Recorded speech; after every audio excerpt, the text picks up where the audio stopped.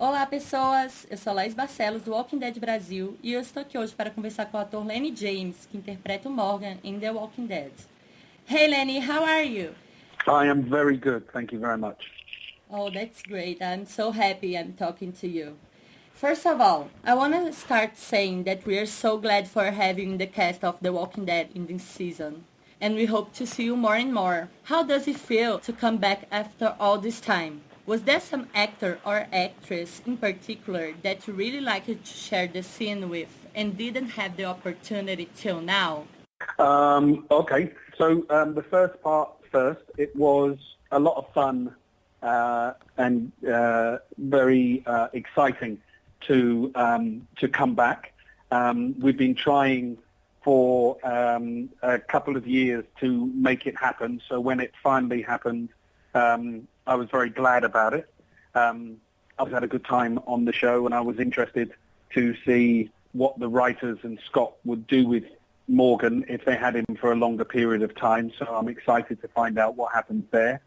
As for actors or other cast members that I wanted to work with, the reality of the situation was until I came back this time around, I'd only really worked with or spoken to two, I think, I might be wrong, two of the actors. Although I've been in scenes with Denai, who plays Michonne, I'd only actually really spoken to Chandler, who plays Carl, and Andrew, who plays Rick. So I was looking forward to speaking to anybody else apart from those two, really, because I hadn't had a chance to act with or spend any time with any of the other actors. So that was part of the excitement of coming back, was seeing who Morgan would be when he came across other people. Yeah, that was really, really great, and I'm so excited that you are really close to Carl, to Chandler Riggs. Morgan has changed a lot since season 3, so his way of seeing the world and his life's philosophy. Which one do you think that fits the best during those apocalypse times? The clear philosophy from season 3 or the all life matters one from the current days? What kind of feedback you've been receiving from fans about Morgan's current way of thinking? I think, how do I answer that question? Okay, I think that let me do with the fan reaction firstly, because I think that leads into the best answer. Okay. I think the fan reaction has gone a lot, in the main, has been, at the beginning, most people, although they might have understood where Morgan's point of view was coming from in his own history, his new philosophy of all life is precious, they wanted him to get over that and start killing. That recent reaction has been that people have grown to understand where Morgan's coming from and why the conversation that he's trying to have with the group is important. So I think that's a real testament to the work we've done with his particular scenes, and also the job that the writers have done.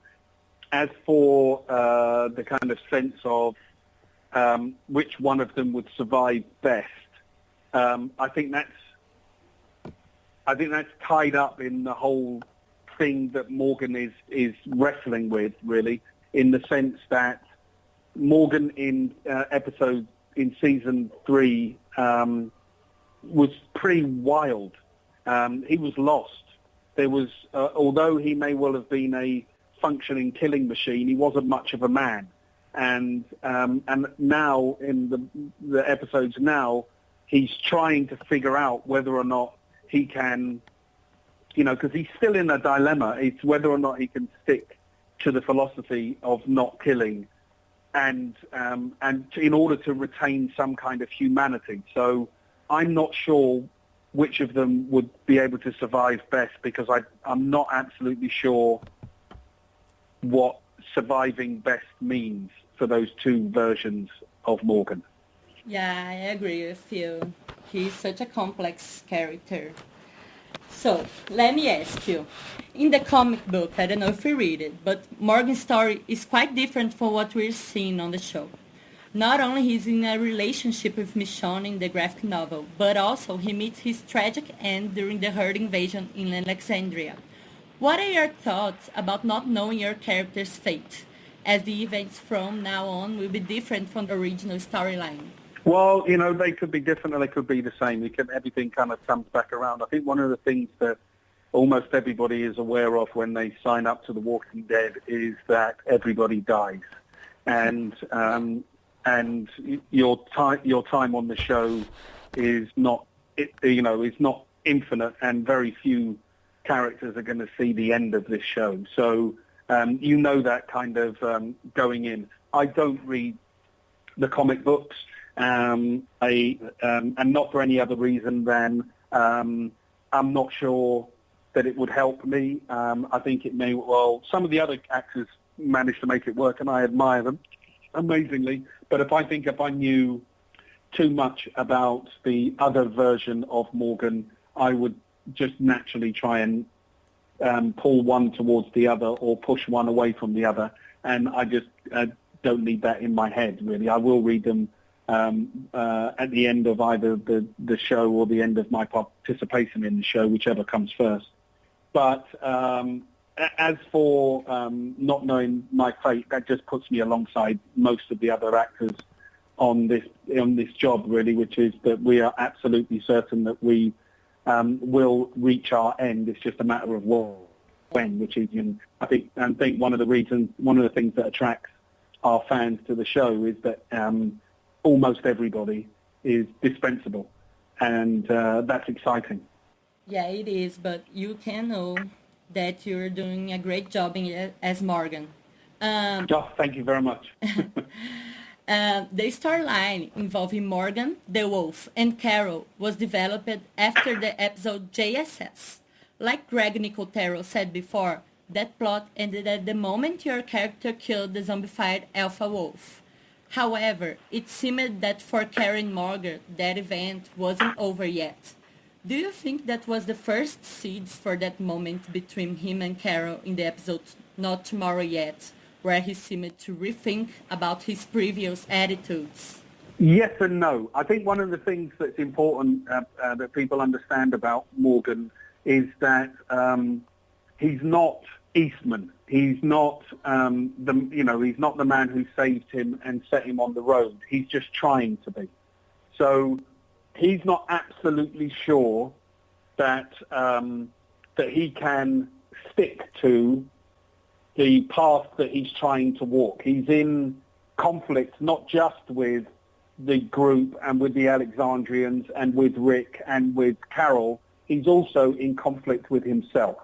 He's trying to be this guy, and part of the reason why he's trying to be this guy, be aware of the alternative. The alternative is Morgan in season 3, who was the man who just killed everybody, who came, whether they were walkers, whether they were humans, whether whoever they were, if they came within arm's reach, he would kill them. And he doesn't want to be that person anymore, because that person was empty, that person was in pain, that person was feral, that person was lost. And he doesn't want to be that person anymore. So he's trying to be this new guy, but he's not necessarily there yet. And at the same time, he then comes across Carol, who, to a greater or lesser extent, is having a battle within herself about who she's become. Their paths cross, and it causes something to happen, between them that will play out as Scott and the writers decide that it's going to play out. And I can't say too much about where that is going, but all I can say is that conflict, that conversation between Carol and Morgan is not finished yet. Yeah, that is clear. It's really good. We're expecting that a lot. Okay, in the episode Here's Not Here, it was very praised by both critics and audience as one of the best episodes of all the Walking Dead seasons. And that pivotal moment of Morgan's story was so beautifully portrayed. Was there any specific moment on that episode that you consider your favorite? What do you think that could have happened to Morgan if he didn't embrace Eastman's thoughts about life?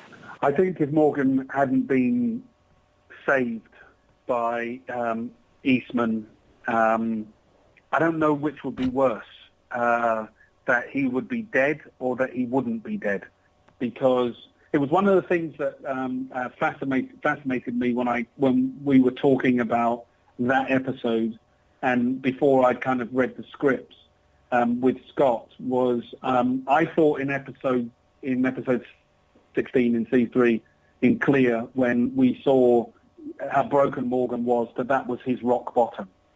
And I didn't think that we could take him any further down before we brought him up. And one of the things that that excited me and frightened me and I'm most proud of in the episode is that we managed to take Morgan to a darker place before we brought him back into the light.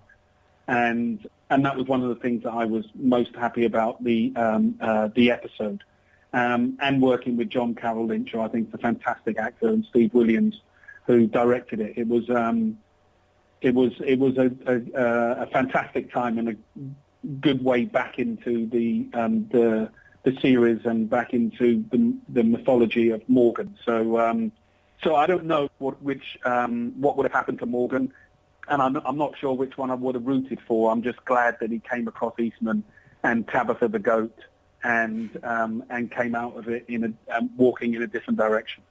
So we were really sad about that goat. Yeah. I'm currently practicing a Filipino martial art, and we use 2 fighting sticks instead of 1, like in Aikido. And I'm curious about something. Are you still taking martial art classes or practicing it? I am, yeah. I mean, I don't practice because we're down at the moment. We're not filming at the moment. I don't practice as much as I do when we're filming. But I'm actually looking at my rehearsal stick as we're speaking, and every now and then I kind of go through some of the katas and go through some of the routines just to keep myself familiar with the stick in preparation for returning to the show. So yeah, I do. It's one of the things I've said it before, but it's one of the things that I most enjoy about the job that I do in general is the new skills that you're sometimes required to take on board. And I've really enjoyed becoming more and more proficient in the way of the bow staff, the Aikido, in developing who Morgan is, because I just think that the weapon of the fantastic mythology of The Walking Dead, in that, you know, Michonne's sword or Daryl's crossbow or Rick's python or, you know, Glenn's holster, everybody has their particular kind of weapon that says something about their character. And I think the bow staff, the stick, which can be either wielded both passively and aggressively, is just perfect for Morgan. So I'm enjoying developing my skill with the stick as I develop who Morgan is. So you're kind of becoming the Eastman in real life. That's cool. I'm trying. I'm not sure he's there yet, but I'm trying. So we all agree that you and Andrew Lincoln have an impeccable chemistry in working together, even if as kind of antagonists. What can we expect from Rick and Morgan's relationship in this final stretch of the season? Do you think there is a way for both characters to find the right balance between their ways of dealing with their reality and seeing the world as it is now? I think we're going to find out whether or not these two men who have this particular history and have this particular bond, whether or not they're going to be able to coexist with each other, and if they are able to coexist with each other, what compromise they make in order to make that happen, or in order to make that possible. So I think that there is, they are certainly going to go a little further down the road together and the conflict between the two of them is not over, it may well get to breaking point before it starts mending. But ultimately, whether they stay together or whether they part, these two men are bonded in a way that's not necessarily more than anybody else, but it's certainly specific and different to how the other people. And I've said it before, but it kind of that Rick, until Morgan gets to Alexandria, until he kind of comes across Daryl and Aaron, Rick's the only other person in the world that Morgan knows. Once Eastman's gone, Morgan is truly alone, other than his connection and his friendship with Rick. So it may take a lot to break it, but we'll see how close they get to it. Yeah, we're excited about seeing that. About Rick's speech in the last episode, where he said that whoever wants to live in Alexandria have to get used to kill. Do you think that Rick was dropping a hint specifically at Morgan? And how do you think he would deal with this way of living? I don't know how Morgan's going to deal with that, with Rick's version of how you living. I think one of the things that's telling is that Morgan kind of takes the path is kind of walking the path of the peaceful warrior, but is also walking the path of like a conscientious objector, just because he's got to try and find a way that he can be useful and necessary to the Alexandrians and to the group without necessarily killing for them. So how he navigates that, or whether or not it's possible to navigate that, we're going to find out. But yes, I think Rick would hint and wasn't very subtle about it. I think he was speaking very much to Morgan, and it wasn't just a suggestion. I think it was an order, and we'll find out how Morgan deals with that. Yeah, Morgan. So, Lennie, we came up with a little game, and if you don't like it, we can skip it. I'll say something, and you say what first comes to your mind. Is that cool? Let's give it a go. Okay. A movie. A movie. Yeah. Inside Out. A band. Oasis. A song. Sitting on the Dock of the Bay. A place. London. A food. A curry goat roti. A fear. Snakes. A goal. To climb Mount Everest. That's a pretty cool goal. So, Lennie, we are aware that you can't say anything about this, but we would love to know what can we expect from these last episodes of Season 6, especially from the season finale? You're right. I can say very little about it, but what I can say is that, as you've seen since we've come back from the mid-season break, that all of the episodes are just mounting and getting bigger and more ambitious and more exciting, and there'll be more of that kind of coming. And the finale is one of the most exciting episodes I think we've ever done. It is scary, genuinely scary. It is a massive roller coaster ride, and it is going to make people's heads explode. That's about as much as I can say without giving anything away. It is an episode that if you're even halfway interested in The Walking Dead, you are not going to want to miss, and you're not going to want somebody else to tell you about it. You're going to want to watch it. You're going to want to watch it live, and you don't want to. And if you don't watch it live, you're going to need to lock yourself in a hole, because it's going to explode. It's everybody who's even the slightest bit interested in the show will be talking about it, will be screaming, will be beyond excited. So I don't know when the shows screen in Brazil, but if it screens anywhere in the world before it screens in Brazil, you're going to know about it. So disconnect from the internet, turn off the television, stop the clock, stop the phones, and watch the episodes as live and as free from any knowledge as you possibly can, because that's going to be the most enjoyable way of doing it. Oh my God, I can't wait. the show airs in Brazil like just 50 minutes before it airs in the USA. So anyway, we receive a lot of spoilers just with this 50-minute difference. All right. Well, don't read any of the spoilers. Don't go online. Just sit in the dark room for 50 minutes until it shows in Brazil, because it will be worth it. Okay, great advice. Thank you so much for that. Okay, to wrap things up, we know that you've been attending to fan cons in the USA.